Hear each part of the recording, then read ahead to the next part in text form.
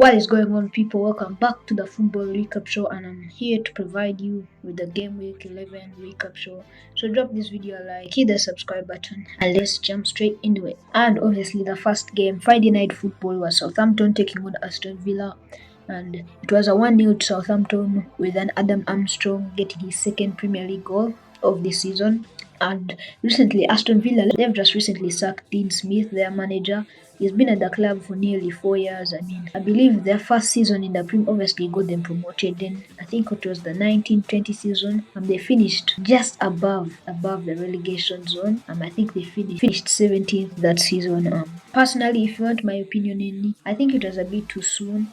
Give him more time. I know they lost to Watford. They beat Man United. Wait, actually, everyone can beat Man United. I take that back. They lost to Arsenal. They lost to Chelsea. They only got 10 points, but I think it was a bit too soon. Give him time to work with the players, the likes of Leon Bailey, Emi Buendia. They sold Jack Grealish to fund that money. So really, this was a surprise. I expected Aston Villa to win, but hey. Next up was the Manchester derby. It ended 2-0 to Manchester City. United got absolutely embarrassed, destroyed, humiliated. This was probably worse due to the way City dominated the ball. Goals came from Bernardo Silva and Eric Bailly own goal in the 7th minute. I'm just looking at the stats right now, and whoa. United had 1 shot on target in the whole game. City had 5. In total, City had 16 shots. United had 5 shots at goal in 90 minutes. Anyway, ended 2-0. City had 67. United had 32% possession. City had 9 corners. United had 1. Oof! United got absolutely embarrassed. Anyway, all again.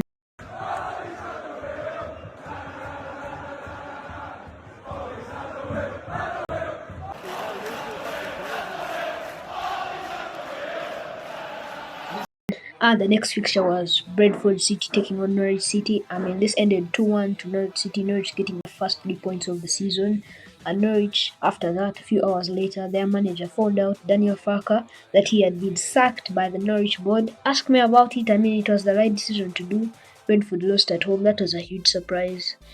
As Arsenal, we failed to beat them at home. So I thought Bradford would win this game. Brian Mbeumo scored an offside goal. He was in my fantasy team, so unlucky with that. And yeah, not really much talk about this. Next up was Chelsea taking on Burnley at the Stamford Bridge Stadium, and this ended 1-1. Really, Chelsea just dropping points. They should be. Kai Havertz getting the goal. Rich James assist. He was in my fantasy team. Not really much talk about this game. Burnley worked hard for their draw, really. And then there was Crystal Palace taking on Wolverhampton Wanderers at Selhurst Park in London. Wilfred Zaha with the goal at Conor Gallagher. He wasn't in my FPL team. Ended 2-0 to Palace. Patrick Vieira, former Arsenal legend, part of the Invincible teams, doing a great job over there. And to round off Saturday's fixtures was Brighton Hove Albion taking on Newcastle at the Amex Stadium. Really just a boring game. Newcastle, they're not doing much, though they have appointed Eddie Howe as their new manager after sacking Steve Bruce. Really not much in this game. Boring game. Robert Sanchez got a red card. Straight red actually in the 92nd minute. Ended 1-1. Trossard with the goals. Not really much in this. And then there was Arsenal taking on Watford FC at the Emirates Stadium. Ended 1-0 to Arsenal. Emil Smith Rowe getting the goal. Red card for Watford, for one of Watford's players. Ben Foster, aka the Cycling GK, saving Aubameyang's penalty. Not really much in this game. Arsenal dominated this game. Odegaard should have had a goal, but Aubameyang was too selfish. He wanted the goal himself. And then there was Everton taking on Tottenham at Goodison Park. This ended 0-0. Tottenham had 0 shots on target, though they did dominate more of the ball. Red card again in the 92nd minute for Mason Holgate. Really just a really boring game. Not many goals. So Spurs, as we all know, sacked Nuno Espirito Santos. That's now 5 managers sacked, and Ole is still in the job. United boys should be ashamed. They've sacked Steve Bruce. Newcastle sacked Steve Bruce. Cisco Munoz for Watford got sacked. Nuno got sacked. Dean Smith and Daniel Farke have now all been sacked. 5 managers. All is still at the wheel. And the second last game of this game week was Leeds United taking on Leicester City. Leeds should have won this game. They had loads and loads of chances. They were on the attack. You know how, and ended 1-1. FPL managers of Rafinha would be loving that. Final score 1-1. And last but not least was West Ham United taking on Liverpool at the London Stadium. This game ended 3-2. So not as boring as a Tottenham Everton game. There were loads of goals. I mean, Liverpool had 70% of the ball. West Ham only had 30%. Liverpool had more shots on target as well, more touches, more passes, tackles, clearances, corners, and less fouls. In terms of the game, this was a very exciting game to watch.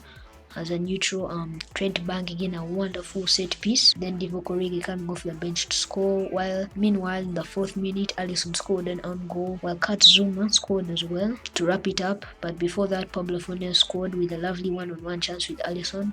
Really, the player of this game was Trent Alexander-Arnold. Even though he conceded 3 goals, FPL managers would be loving that as well. Really, I think Alisson should have saved Pablo Fornells' strike, but anyway, this game was very good to watch as a neutral. Final score 3-2. That is it for the Game Week 11 recap show, guys. Thank you so much for listening in and watching this video. Don't forget to drop us a like, and I'll see you hopefully in the next one.